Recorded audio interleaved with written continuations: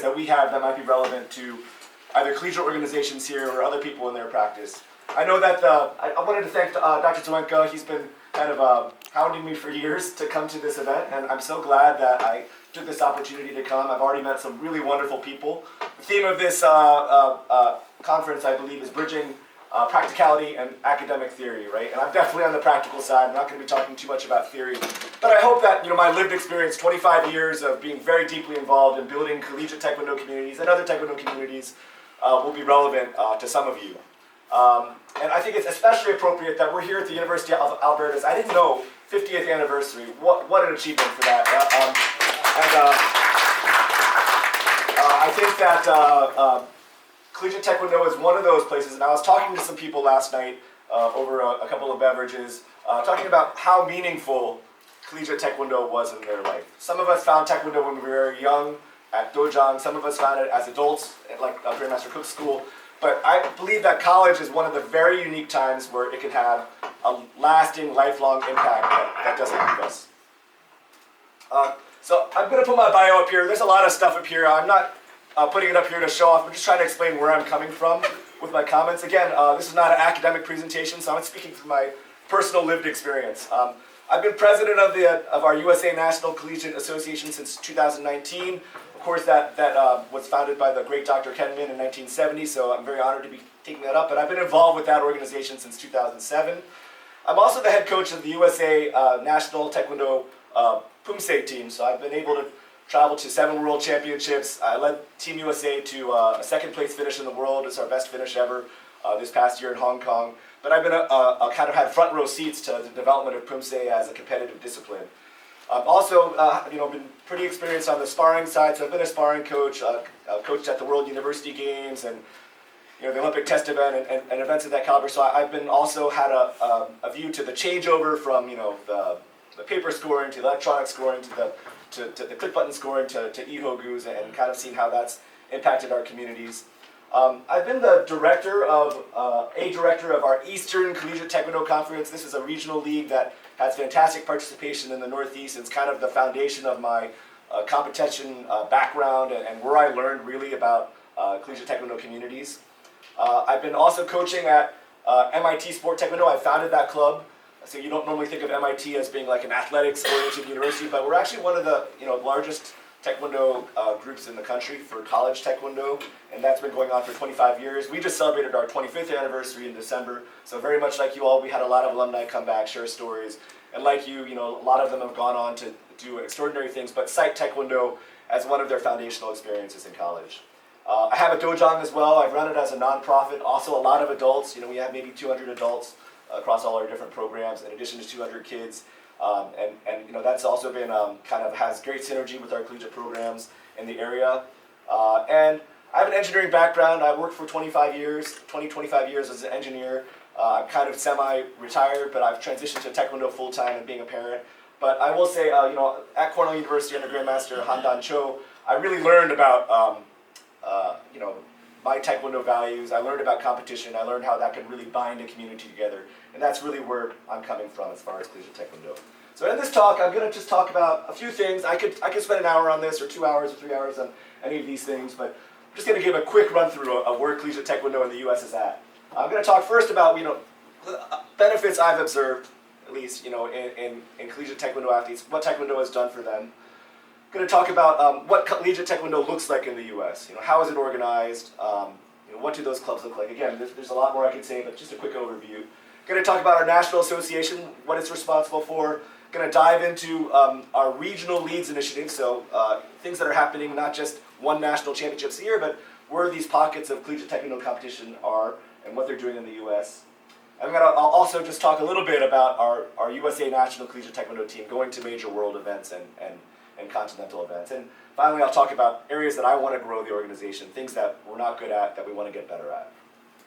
So there's a lot of small text in here. You probably can't read them. I'm just going to talk through this stuff. So we know college is a great time, in many of our lives. It's a foundational period. We're learning, yes, we're learning professional things, but I will say that, the thing I hear over and over again is that it's not the academics that people carry with them from college, but it's their extracurriculars, whether that's, soccer, whether that's like swimming, whether that's an a cappella group, or whether it's Club Taekwondo, right? These are the touchstones where people truly push their boundaries and what their comfort levels are, and also learn to express leadership and independence. So I think Collegiate Taekwondo definitely gives people those opportunities to express themselves in a self-actuated way. It allows them to find their confidence and identity. It was the first time I got to express myself as a leader of a large group, and as someone who people really depended on. Mental health, hey, there's lots of literature on this. I did a quick survey and I realized I was out of my depth. So I'm just going to say that I have seen, anecdotally, many, many times, how Taekwondo and having a community, and having a group of people who have your back, and having something real and physical to hold on to can really anchor you through college. It's a tumultuous time. Especially the last decade, it's pretty well documented. A lot of mental health issues in the teens. And I saw firsthand how Taekwondo really helped a lot of people through that. So, I think that's important. Introduction to the martial arts. Hey, we just talked about how Taekwondo, even the name Taekwondo wasn't known. It's a wonderful chance for us to evangelize Taekwondo, for us to introduce it to new people, martial arts to new people. It's something that many people grow up through media, whether it's watching Bruce Lee or a Karate Kid or whatever, they always wanted to try it. They get to college, here's a chance for me to try it almost for free, right? For a very low cost. And so that's a great chance for them. And finally, hey, which is going to be a theme of a lot of my talk, which is competition, right? We have a chance to compete in an athletic endeavor, and even to the point of being able to represent the United States in international competition through Collegiate Taekwondo. To be fair, Collegiate Taekwondo, Collegiate Worlds in the US and maybe in Canada, we don't emphasize it as much as other countries, but the World University Games are a big deal. They're the largest multi-sport event in the world, bigger than the Olympics, and many countries do take it very, very seriously. And I will note that almost half of our USA Olympians since 2012 were on the collegiate team before they made the Olympics. So that's not a small thing. So again, we have organized Collegiate Taekwondo programs in colleges and universities, provide students with opportunities to practice Taekwondo on campus. Okay, so talking about what do these clubs look like? So Collegiate Taekwondo is great. In the U.S., anyways, we have a number of different incarnations of it. And this is a photo of my club, an MIT club from a couple years ago. The most common were a club sport. So this sits below varsity, below like the NCAA recognized institutions on campuses, and it's a student-led activity. That means that there's usually some kind of student avenue where they can apply for recognition for an organization. They have to have a constitution, they have to have a student leader and student board, a secretary, a president, all of the officer positions. But it is student-led, right? And it's an organization that is led by students for students. That being said, the most successful Collegiate Taekwondo clubs I see in the United States have an external coach or an external master who provides continuity from year to year. And the student-led ones, they really do tend to have a lot more variation from year to year. But purely student-led organizations do exist. And often some of them have an affiliation with a local dojang, if that master has a local dojang, and again, that provides that synergy and that continuity. Maybe one year the student leadership has a little trouble, but the next year they can pick it right back up where they left off. So that's the main one that I interact with. There's also physical education classes, so many colleges in the United States have a physical education requirement. There's a whole pedagogy that goes with physical education that I've learned about since being a PE instructor, and I don't fully know deeply about that part of it, but there is a requirement for students to do physical education. It's an important considered an important requirement for graduation. So this is a great chance for us to have, insert Taekwondo into those classes and put that in the pathway of students. And many of the students here started in my physical education class at MIT, kind of graduating to the club sport. Some schools offer rec classes, and so these are like neither clubs nor PE classes, but they're just opportunities for people to learn whatever it is, scuba or badminton or taekwondo. But these are typically a little less institutional and more just an opportunity to get an activity.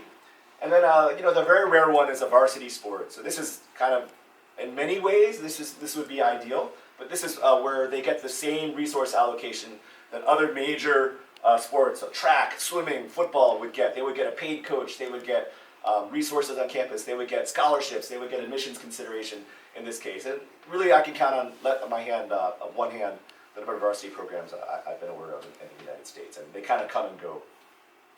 But hey, we have all of these organizations, these student organizations on campus, to foster the growth and creation and give these organizations a chance to grow.